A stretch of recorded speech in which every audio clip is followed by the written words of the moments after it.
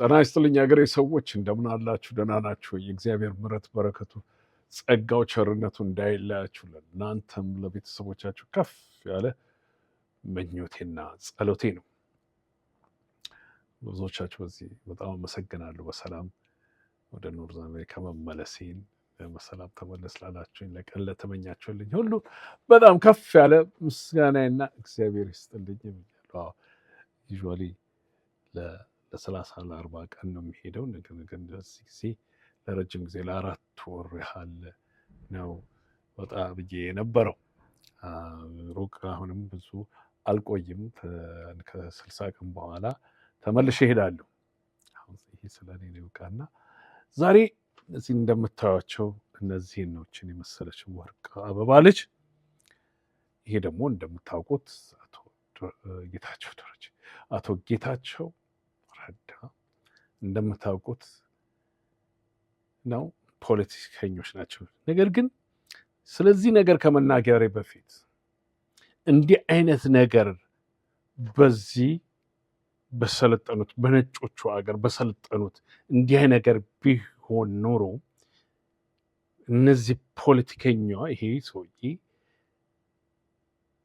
አዘ ፖለቲካ እዲዮም የፖለቲካ ላይፉ ኢሚዲየትሊ ቀጭ ነበር፣ ይሰበር ነበር።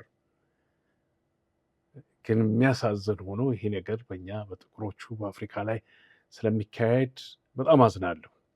እች ልጅ ይሄ ሰው ትልቅ ሰው በስልጣን ያለ ሰው የነበረ አሁንም እንዳለ እችን ልጅ ሲገናኝ የ17 ዓመት ህፃን ልጅ በነበረችበት ጊዜ ነው። የ17 ዓመት ህፃን ልጅ ሆና ነው ያስረገዛት። ምን እንደምትመስል ይዋት ልጅ ወልዳ እንኳን እንዴት ወርቅ ትመስላለች። በአንዳንድ በዚህ በሰለጠኑ አገሮች ውስጥ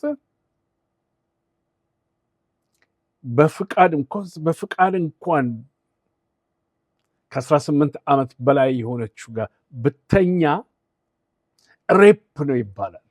በተለይ ደግሞ እንደነዚህ እንዲህ አይነት ሰውዬ በፖለቲካ ውስጥ ያለ በስልጣን ውስጥ ያለ እንዲህ አይነት ነገር ሲያደርግ እቺ እህት አንዳንድ በጦርነቱ ጊዜ ኢንፎርሜሽን የወሰዱ ጋዜጠኞች ነበሩና ሊያወጡት አልፈለጉም ይህን ነገር። እቺ ልጅ እቺ ህፃን ልጅ ምናልባት ከትምህርት ቤቷም ተጓጉላለች። ልጅ ስላላት ብዙ ነገር የልጅነቷን ላይፍ ነው የቀጨው። አሁን ደግሞ ስፐርሙን ረሽቶ አላይሽም እንደማለት ነው፣ አላውቅም እንደማለት ነው። ወርቅ ልጅ ወልዳለታለች። የሱ ከሆነ በዚህ አገር ውስጥ ዲኤንኤ የሚሉት ምርመራ አለ። በሀገራችንም ውስጥ እዛች ሀገርም ውስጥ ይደረጋል። የሚክድ ከሆነ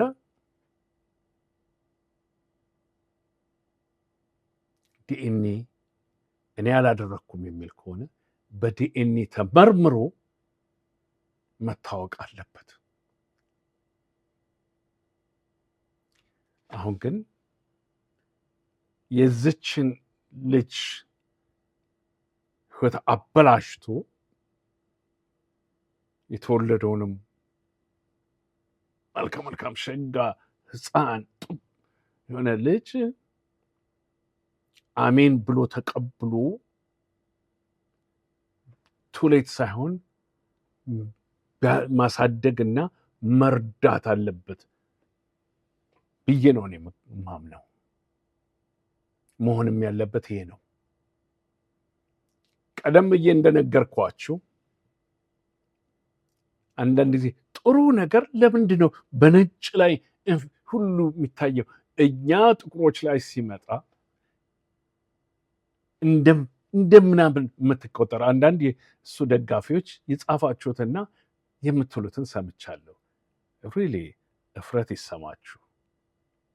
እፍረት ይሰማችሁ።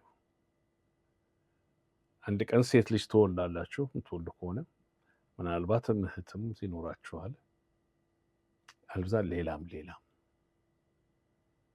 እሷ የወደቀችበት እንዲህ አይነት ትልቅ የሆነ ሰው ከአቅሟ በላይ የሆነውን ሄዶ እኔና አንቺ ፈቅደን ተፈቀራግ ነው ይፈቀድ አይፈቀድ that's not a point የተደራረግ ነው ይላል። የስ እንደ ወንድ ልጅ አምነ ተቀብለ ከኔ ከሆነ ልጄ ነውና አስረድ ያንተን ስም ነው ያለው የያዘው በስምህ ነው የሚጠራው። ነገር ግን እጠራጠራለሁና እስቲ ዲኤንኤ ምርመራ ብለህ እንደ ወንድ ልጅ አሁን እንደውም በዛች ክፍለ ሀገር ውስጥ ምን ያህል የተጠላ መሆንን ከዚያ ይሄ ደግሞ በዚህ ላይ ሲጨመርበት እንደነገርኳችሁ ወገኖቼ በውጭ ሀገር ውስጥ ሊኖር ይሄ ሰውዬ ዛሬ ተመንግሎ ወደ ፍርድ ቤት ቀርቦና ሬፕስ ተብሎ ይታሰር ነበር። ብዙ ፖለቲከኞች የፖለቲካ ህይወታቸው በእንዲህ አይነት ነገር ሲልከሰከሱ ተገኝተው በፖለቲካ ህይወታቸው ላይ ህይወታቸውን አጥተዋል። ህይወት ማለት የፖለቲካ ላይፋቸውን ቀርተዋል። በሌላም ብዙ ተደብቆ የሚኖሩም አሉ።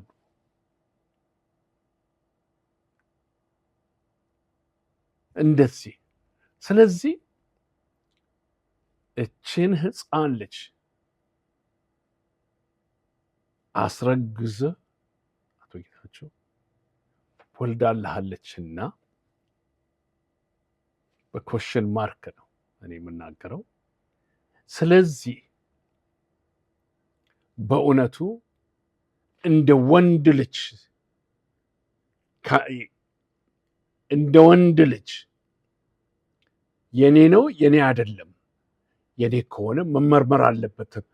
ከዛ ተመርምሮ የኔ ከሆነ ካወቅኩኝ ልጄ ነውና ያለኝን ቆርሼ አካፍዬ እረዳለሁ፣ ልጄን አስተምራለሁ ብለህ ለሌሎችም ኤግዛምፕል እንድትሆን ሶፋር የምታደርገው ነገር አንድም ኤግዛምፕለር የለውም።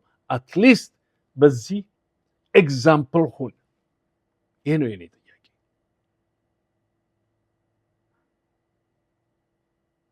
አኩዜሽን ነው።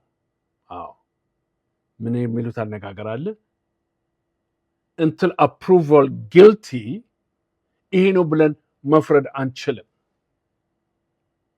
ነገር ግን ዛሬ ስምህ ተነስቷልና ያንተ ስም ተነስቷልና ካመንክ ተቀበልና ልጁን እርዳ። የለም እጠራጠራለሁ ያልክ እንደሆነ አቅም አለህና እቺ ልጅና ልጅቷን እና ልጅህን ይዘህ አንተን ዲኤንኤ መመርመር አለበት። አክቹዋሊ እሱ አይደለች ልጁ ዲኤንኤ ከአንተ ጋር ዲኤንኤ መመርመር አለበት።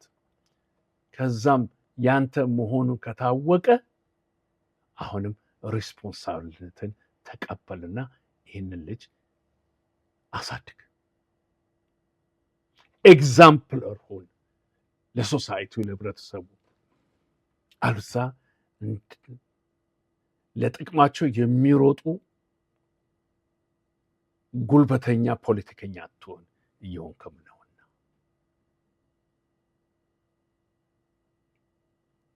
think about it። እችን ህፃን ምስኪን ልጅ ምናልባት ትምህርቷን እየቀጠለች የምትኖር ትሆን ይሆናል። ምናልባት ሌላ ነገር ዛሬ ልጅ ስላላት ቢከፋት ስለከፋት ስለጨነቃት ነው ወደ ሚዲያ የወጣችው። አንዳንዶቹም ሩመር ሰምተው ኢንፎርሜሽን ሰምተው ጸጥ ብለውት ነበረ።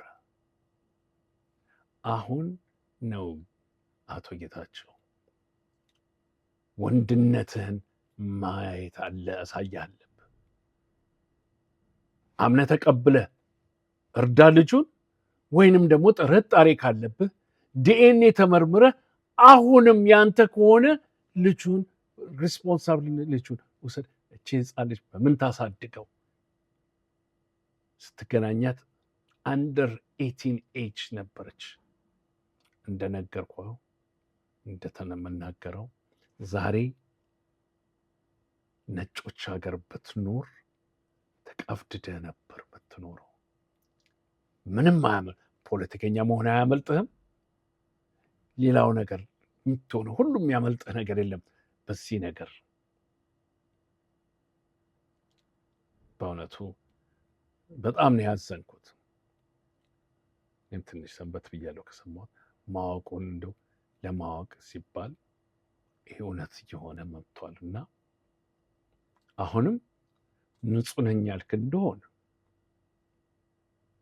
ዲኤንኤ ተመርምር። ቴክ ሪስፖንሳቢሊቲ ጀስት ቼክ ዲኤንኤ። ምናልባትም ደግሞ ጥርጣሬ ይሄ ይገልጽልህ ይሆናል። ያንተ ካልሆነ ኦኬ፣ ያንተ ከሆነ ግን ሪስፖንሳቢሊቲን ተቀብለህ ይህንን የመሰለ ሸጋ ወጣት ህፃን አሳድግ። ወገኖቼ በሉ እግዚአብሔር ከእናንተ ጋር ይሁን። በርቱ። ጨርሱ።